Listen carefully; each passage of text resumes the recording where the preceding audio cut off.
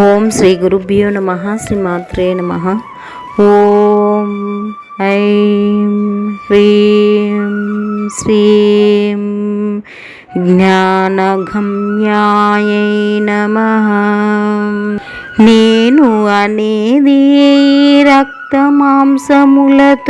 కూడిన పాంచభౌతికమైన శరీరము కానే కాదని, జగన్మాత యొక్క చైతన్య తేజోమయమైన ప్రతిరూపమే అని ఎరుగుటే జ్ఞానగమ్య.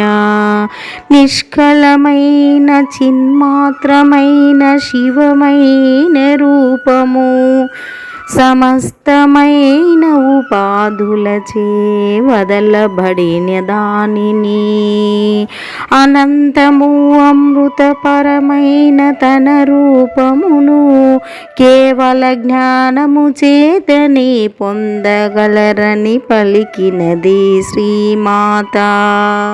వేదాధ్యయనము చేసి శాస్త్రములను అభ్యసించి ఆ విధముగా పొందిన జ్ఞానమును మనసులో ఎరిగి ఆ జ్ఞాన మార్గము ద్వారా జగన్మాత పదమైన కైవల్య పదమును పొందుట సులభమైన మార్గము.